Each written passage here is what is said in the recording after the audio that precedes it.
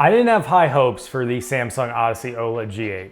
Sure, I knew it would deliver great image quality due to the fact that it used an OLED panel we've already tested. Make sure to check out our Alienware 34QD OLED review if you missed it. But the OLED G8 looked dead on arrival because it came out a year after the Alienware model and $500 more expensive. But even with all that working against it, I was wrong. No, the OLED G8 is not worth $500 more than the Alienware 34QD OLED or similar QD OLED monitors from MSI and Philips, but Samsung does a lot to help it stand out and justify that higher price. But before we get on to the rest of the review, make sure to leave a like on this video and get subscribed, please, and thank you.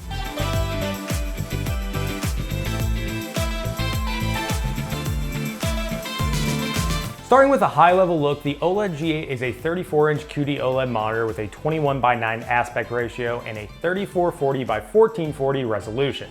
It's rated for Display HDR True Black 400 and it supports FreeSync Premium Pro, and Samsung claims it has a 0.03 millisecond response time.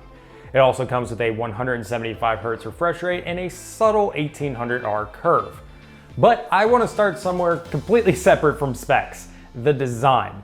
Samsung game monitors have never really looked bad, but there's something about the OLED G8 just makes it feel like the company has hit its stride.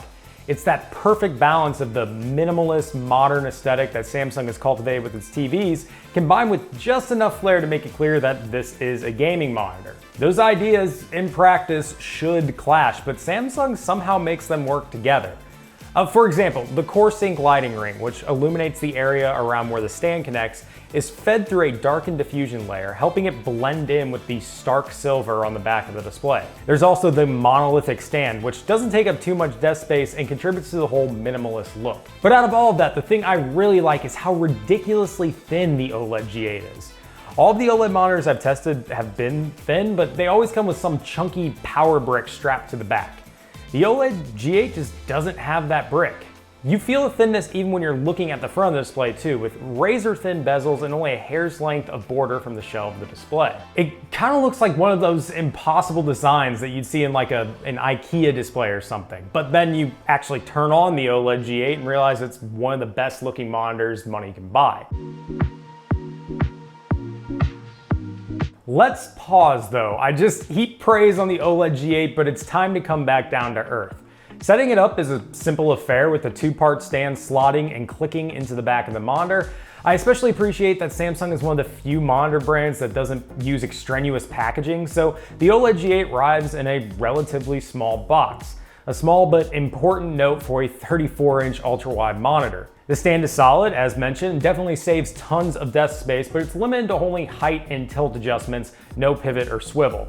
Thankfully, you can just yank the stand off and use the 100x100 base mount on the back if you want to connect it to a monitor arm. No, out of all of those things, the real issue here is the port selection. Samsung provides one main DisplayPort 1.4 connection, one micro HDMI 2.1 connection, and two USB-C ports capable of 65 watts of power delivery. Just why the mini connections? Even on gaming laptops, it's rare to find mini connectors over their full-size counterparts, and there's definitely enough room on the OLED G8 for full-size ports. It frankly doesn't make any sense, and I'm willing to bet most people don't have a ton of high-quality mini DisplayPort and micro HDMI cables laying around. Samsung thankfully includes a mini DisplayPort to DisplayPort cable in the box, but that's it.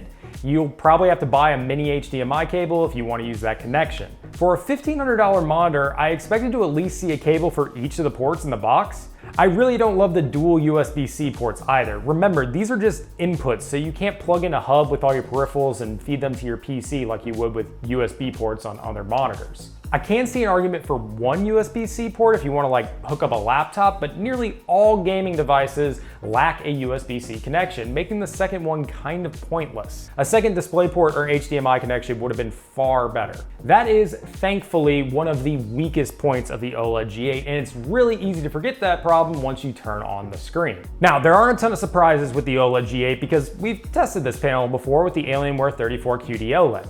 That doesn't mean the OLED G8 is any less impressive though. It's stunning for basically any form of media you can throw at it due to the perfect black levels afforded by OLED and the jaw-dropping color.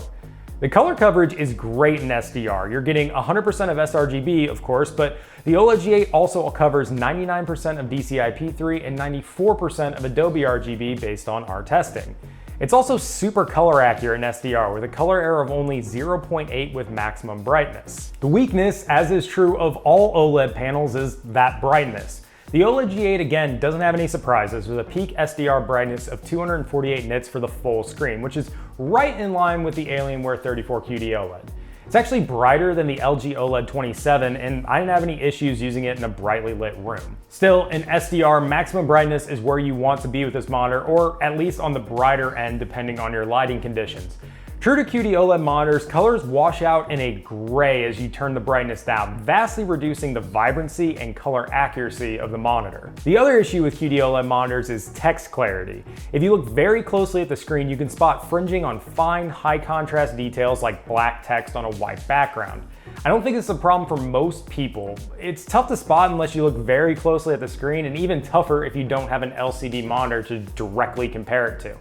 However, if you're sensitive to this type of thing, QD OLED may not be the right fit. That said, the OLED G8 really isn't built for working on documents anyway. It's a gaming display, and that takes priority over the desktop experience. Using an OLED panel for desktop use isn't a great idea due to the minor risk of burn-in, but thankfully Samsung includes some burn-in prevention features, so it's not a problem most people should run into with regular maintenance. My only issue here is that maintenance is so important for the OLED G8. Samsung only offers a 1-year warranty on the monitor, while Alienware offers a 3-year warranty, and on the 34QD OLED, that covers burn-in. It's really a shame Samsung isn't taking that problem more seriously, especially when OLED is still relatively new to the world of gaming monitors. Back to image quality though, HDR is equally impressive on the OLED G8 and enabled much higher levels of brightness. For this full screen, it still topped out at 272 nits, but for a 10% window, it reached 448 nits, and for a 3% window, 902 nits. Samsung didn't make any bold brightness claims in its spec sheet, but my testing shows it can at least deliver bright highlights for small portions of the screen, which is great to see. As is usually the case, color accuracy in HDR isn't great out of the box, but thankfully, Samsung includes a ton of options to adjust the picture quality, which I'll dig into a little more later. The OLED G8 is great for all forms of media, frankly, but gaming is where it shines most. OLED is this perfect meeting of features that make it ideal for gaming. First is the super low response time. Samsung quotes 0.03 milliseconds, which is an optimistic number, but the OLED G8 is still leagues faster than any LCD panel, and without the artifacts that come up with intense overdrive settings. Because each pixel individually controls its own light, it can transform almost instantly. Combined with the 175Hz refresh rate, you're getting motion clarity that's only rivaled by dedicated esports monitors like Alienware's 500Hz display. I have to be honest though, I'm not the most competitive gamer. I like large cinematic titles, which is where the OLED G8 really earns its stripes for me. Games like City Skylines, Ratchet & Clank Rift Apart, and Cyberpunk 2077, as diverse as they all look fantastic on the monitor, not only due to the excellent color and contrast, but also the 21:9 aspect ratio. Once you've played games on a display like this, it's really hard going back to a 16:9 monitor, especially an LCD one. Some other bits, the monitor also supports FreeSync Premium Pro, but more importantly, it is certified with VESA Adaptive Sync, so you can get variable refresh rate up to 175Hz, regardless of the GPU brand you have. Now, this is normally the point where I'd end a monitor review with some final thoughts, but there's a whole other world to the OLED G8. It comes with a Tizen operating system, and I, probably like many of you, kind of wrote it off at first. You know, why would you need to use a Netflix app when you can just stream Netflix from your PC? And why would you use GeForce Now to stream games through GameHub on an expensive, well, gaming monitor? And to be clear, I don't think all of these apps make much sense for a monitor like the OLED G8. However, the OS opens up a lot of goodies. For example, it enables Wi-Fi and Bluetooth on the monitor. That means you can get software updates directly from the monitor, and you can hook up Bluetooth speakers or headphones and use them across sources without manually switching them over. You can also use things like Apple AirPlay to instantly pull up content and stream it from your phone. In addition, you have a lot more settings than a typical monitor affords you.